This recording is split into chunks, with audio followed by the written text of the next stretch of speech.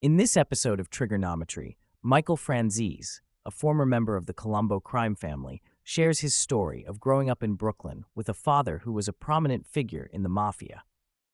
His father, Sonny Franzese, was the underboss of the Colombo family and constantly under investigation by law enforcement. Despite initially wanting Michael to pursue a different path, his father's troubles led him to join the mafia. After 2.5 years of proving himself worthy, Michael Franzese is proposed for membership in the Colombo family. He undergoes a solemn ceremony where he takes a blood oath and becomes a made member. This marks the beginning of his rise in the ranks of the mafia.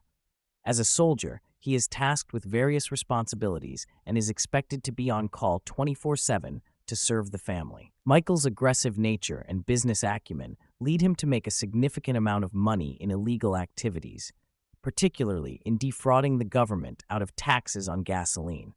He establishes a lucrative operation involving gas stations and companies that bring in millions of dollars each week. His success in the criminal world earns him power, prestige, and a position as a captain in the Colombo family. Michael highlights the complexities of running illegal businesses while evading government scrutiny. He acknowledges the presence of violence in the mob, but clarifies that it was not the primary focus of their operations. He credits his father as his mentor, teaching him valuable life lessons such as being a good listener, showing respect, and avoiding judgment. Despite his wealth and status, Michael is constantly aware of the threats he faces from law enforcement and rival mobsters. He is the target of multiple undercover investigations and a 14-agency task force dedicated to bringing him down. This constant pressure and surveillance shape his mindset, making him always vigilant and cautious. One of the appealing aspects of the mafia life for Michael is the sense of brotherhood and loyalty among its members. He values the camaraderie and support he receives from his fellow mobsters, who promise to have his back in any situation. This bond is a powerful force in the criminal world and provides a sense of belonging and protection. Michael acknowledges that there is a certain addiction to the adrenaline and risk-taking involved in the mafia life. The high stakes, the constant danger, and the thrill of navigating through a world of crime and power can be intoxicating. Despite the potential consequences, many young men are drawn to this lifestyle for the excitement and sense of purpose it offers. Living in the mafia world means living with a constant awareness of the threats and dangers that surround you. Michael's upbringing and experiences have prepared him for a life where he is always on guard, knowing that at any moment his enemies could strike. This heightened sense of vigilance becomes second nature to him, shaping his actions and decisions. With his success and rising status in the Colombo family, Michael is groomed to potentially take over leadership one day. Both his father and the boss of the family see him as a potential future leader alongside the boss's son. The expectations and responsibilities that come with this position weigh heavily on Michael as he navigates the complexities of mafia politics and power dynamics. Despite the material wealth and power that come with being a made man, Michael acknowledges the downsides and risks of the mafia life. The constant threat of law enforcement, internal rivalries, and the potential for betrayal make it a precarious existence. While there is a sense of camaraderie and loyalty among mobsters, there is also a dark underbelly of violence, deceit, and treachery that can ultimately lead to downfall. After facing multiple legal battles and the realization that his enemies were closing in, Michael decides to leave the mafia life behind. He chooses to cooperate with law enforcement, testify against his former associates, and ultimately enter the witness protection program. This decision marks a turning point in his life as he seeks redemption and a fresh start away from the criminal world. Michael reflects on the emotional turmoil and abuse his family endured due to his father's involvement in organized crime. He shares personal anecdotes of the struggles his siblings faced, including addiction and mental health issues. The stress and turbulence within the family are attributed to the lifestyle associated with organized crime. Michael expresses his deep hatred for drugs and recounts the tragic death of his sister due to addiction. He highlights the devastating impact of drugs on individuals and families, citing personal experiences within his own family. He stresses the need for stringent measures to address drug trafficking and addiction, advocating for tough enforcement and education.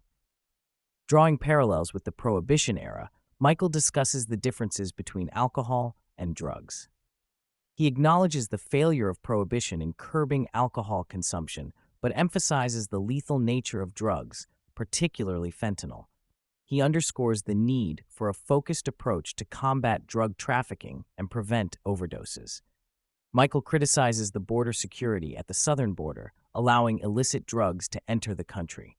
He highlights the role of illegal immigrants in drug trafficking and the need for stringent enforcement to prevent drug-related deaths. He suggests a crackdown on drug dealers and traffickers to stem the flow of drugs into the country. Michael speculates on the political motivations behind the lenient approach to border security and drug enforcement. He suggests that the influx of illegal immigrants is a strategy to sway voting patterns and maintain political power.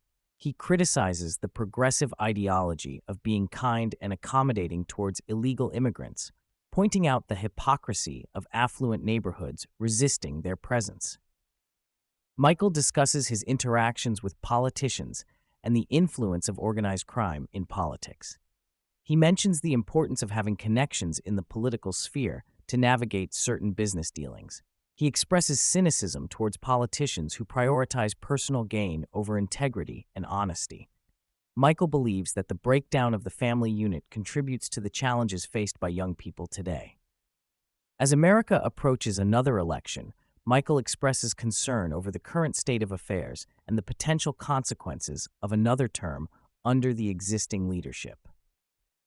He calls for alternative candidates and expresses a desire for a change in the political landscape to address the ongoing chaos and challenges facing the country. Drawing from his experiences, Michael advises young people to avoid getting involved in criminal activities and to prioritize respect, kindness, and humility. He emphasizes the importance of having mentors and role models to guide individuals in making positive choices. He shares lessons learned from his time in the mob, including the need for strength in leadership and the consequences of making mistakes in that lifestyle. Michael raises concerns about gender-affirming surgery for minors, describing it as mutilation and expressing shock at Joe Biden's statement supporting the practice. He believes that there is not enough conversation about the ethical implications of allowing minors to undergo such procedures without fully understanding the consequences. He calls for more awareness and dialogue on the topic to prevent irreversible harm to young individuals. Michael discusses his conversion to Christianity and the impact it has had on his life. He reflects on the changes he has experienced since embracing his faith, including a shift in perspective and a focus on redemption and forgiveness. He acknowledges the importance of seeking therapy and guidance rather than resorting to drastic measures like surgery to address personal struggles.